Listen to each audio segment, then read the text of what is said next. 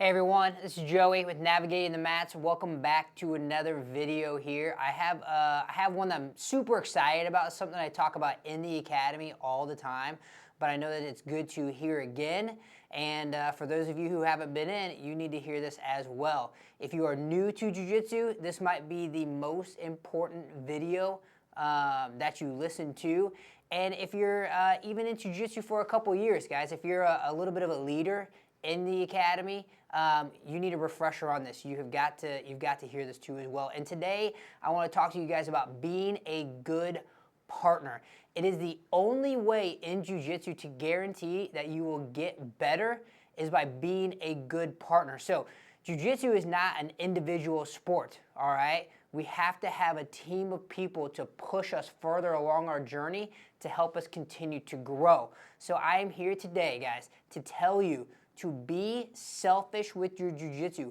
Worry about yourself so much that you want to get better, that you only care about your own progress, and the best way to make sure that you progress is by helping everybody around you get better, all right? You probably weren't expecting to hear me telling you to be selfish, but if that's the way that you got to look at it to help yourself, if you want to make sure that you get better at jiu-jitsu, you have got to be a good partner, a great partner. So I'm going to talk about 3 different areas that we need to focus on being a good partner. So we're talking drilling, we're talking when you're actually rolling and sparring, which I could go on forever on that topic, and then we're going to talk about like the open mat sessions as well. All right, guys?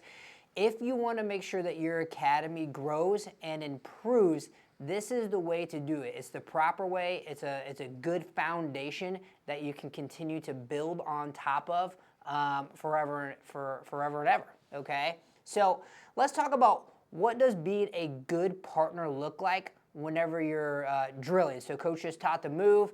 You clap, you break, you're heading back to with your partner, and you guys are here, you're going to drill this move. So number one, if you want to be a good partner, you kind of have to know a little bit what's going on. So when coach is teaching, make sure you're engaged, you're attentive, and you're trying your best to at least like understand the technique as much as you can to your level. This is going to be very different. If you're in your first month, you may, if you only get the position down, that's okay.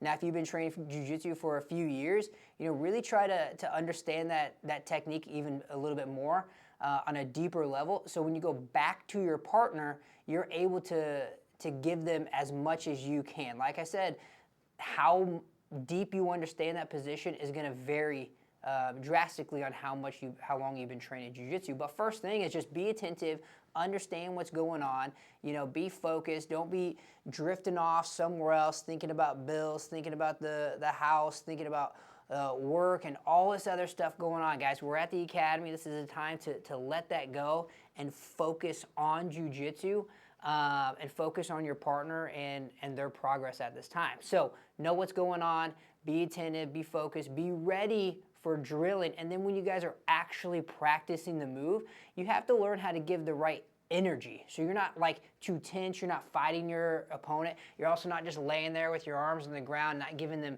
any sort of energy whatsoever. And this will come with training. There is an art to drilling, just like there's an art to sparring and everything else.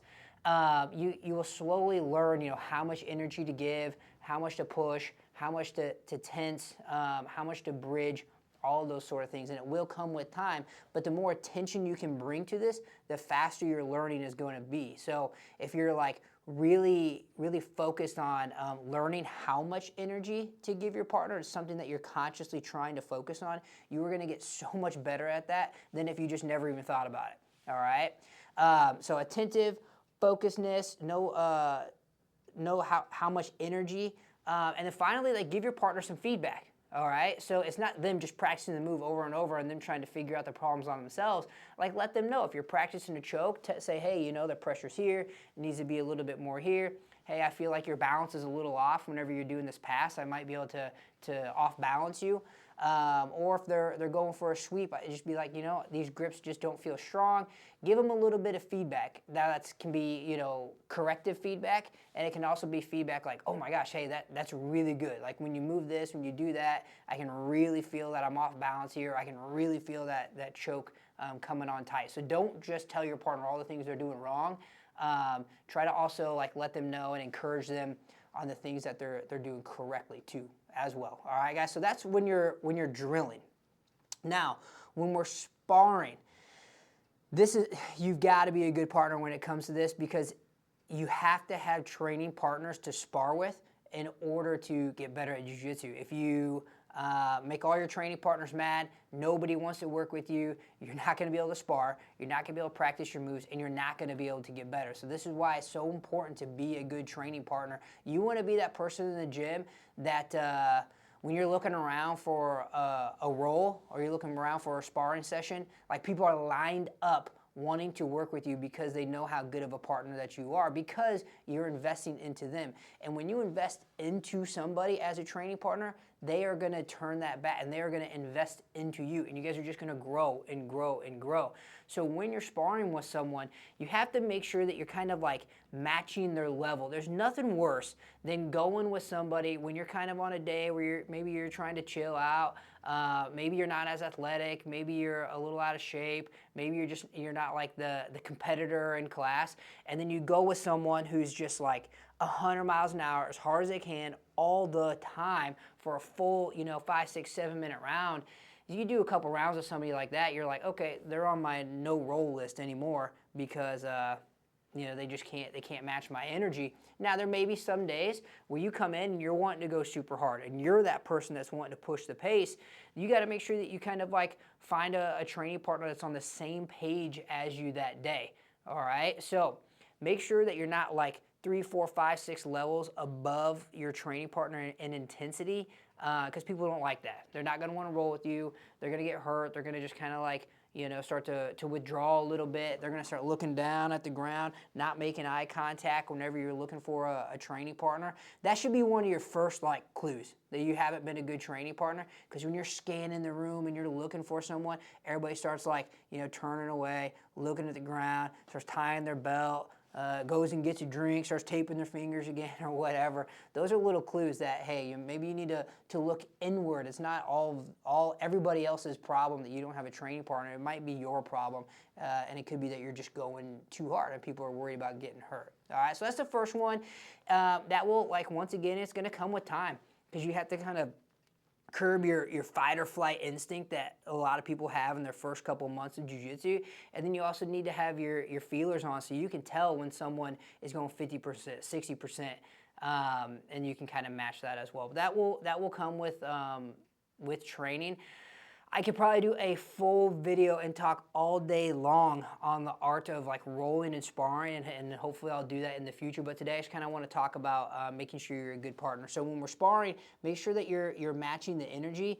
And then the other thing that I would say is realize that this round, let's say it's a 6-minute round, this round is for both of you guys. So like if you just beat your partner up, even if you're not going hard, but you're just better, like way better than your partner, and you just beat them up for 6 minutes straight, they're not going to want to roll with you. So once again, you're going to start to lose people. So I don't care how you break it up, but the round needs to be for both of you. Maybe you go 3 minutes where you're kind of on the offense and you're winning a lot of the round, and then the last 3 minutes of the round, maybe you need to let the other person have some successes, okay? It doesn't mean they need to tap you out over and over, but maybe they escape side control, maybe they reverse you from out, maybe they pass your guard. It can just be little victories like that. Just make sure you're not beating the person up like where they just can't move for 6 minutes straight. They're not getting better. You're probably not getting better because you're not getting the right resistance that you need either. Remember, if we want to get better at jiu-jitsu, we have to lift the other people up around us, and they're going to push us higher. And then whenever you get to a point to where they're not pushing you anymore, you got to come back down, lift them up, and then you can keep going. And you just keep doing that. And then together, we all elevate and get better as a team. But then the last thing, as far as like sparring goes, maybe the most important one is your partner's safety is the #1 concern. So if you watch out for your partner, it means you got to be kind of aware. If you see other groups rolling into you, you got to be able to watch out. not applying submissions too tight, not doing moves that your partner is not ready for. So if you start doing advanced moves that your partner is not ready for, if you're trying to overhead sweep someone who's new to jiu-jitsu and they get hurt because they don't know how to forward roll, or they're just not even aware of where they're going to land next, that's your fault. So anytime your partner gets hurt, I blame the other person. If we all keep our partner's safety as a #1 priority and our partner doesn't get hurt, well, then no one gets hurt. If I don't let my partner get hurt, my partner does the same thing for me and doesn't let me get hurt, we both are going to survive that round injury-free, okay? So we talked about drilling, we talked about sparring or rolling, so now let's talk about open mats. I highly encourage you guys to attend the open mat sessions. This is like free time in jiu-jitsu. This should be something that you are looking forward to so much. You're not relying on the coach to come in and teach you a move that you want to work, or that they're going to work that day. You don't have to listen to me blabber on and on and on and then drill the same move for however long and you guys get tired of that. The open mat is the time to just come and do whatever you're working on and bounce ideas off of other people and just have a good time. That's what jiu-jitsu is all about.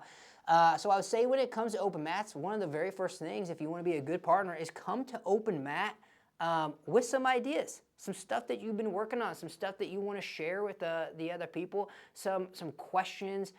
Just bring something to the table when you come to the open mats and not just rely on everybody else to bring something, educate you, show you, and entertain you. Bring something for the group to help them out. That's going to be a great start to being a good partner when it comes to an open mat. Make sure that when you're working with your partner, just like when you're drilling, you're helping them problem solve. So if they're coming up to you and they're like, hey, I saw this thing on Instagram, it's a super cool move, and they're trying it out, give them some feedback, say, hey, I don't know, like I feel like I could just like posture up here, I can move to the left, I could do this, and give them some feedback and help each other solve some of those issues that may arise with that technique. Solve them in the open mat when you're just kind of like conversing and bouncing ideas instead of having to solve them later whenever you're in a sparring session, all right? And then lastly, just make sure if you come to the open mat, like be willing to work on other stuff. So not just your own stuff. If you're working a new lasso guard, don't make the whole group all work your lasso guard for an entire hour and then leave being like, yeah, man, I got such good work in. That was awesome. I just made everybody do lasso guard for a full hour, which is exactly what I wanted to do. So be willing to work on stuff that everybody else wants to. That's going to help you see more moves, more techniques. People are going to appreciate the chance to share their opinion and work some of their stuff too. Which, guys, that's just part of being a good partner and part of being a good piece of the culture in the gym. All right. So to kind of recap this a little bit, whenever you're drilling, be attentive, focus, know what's going on, and work on giving that correct energy and feedback to your partner. Then when you guys are sparring, keep their safety #1, all right? Their improvement, the round is for both of you, so make sure you're investing into your partner. They're going to invest back into you, and we're all going to rise together. And then if you come to the open mats, which I highly encourage, come with something in mind. Be willing to share that, to be willing to give some feedback, help each other problem solve, but also be willing to work on some of the stuff that other people bring to that open mat, guys. All three of these areas are super important in your jiu-jitsu. You need to be a good partner if you want to improve. So like I said, if you have to look at it as being like selfish, like, hey, I only care about myself, I only care about my own improvement, the best way to get better is make everybody around you get better as well. I think this is something that we do really good at the gym. I just wanted to say it out loud, put it on the camera here for you guys, and keep it up, all right? Hopefully I'll come out with another video just all about like rolling and the art of that, because that's a whole separate topic. I could go on forever, but I appreciate you guys. Continue training, keep on being a good partner, and we're all just going to keep on getting better together. Thank you.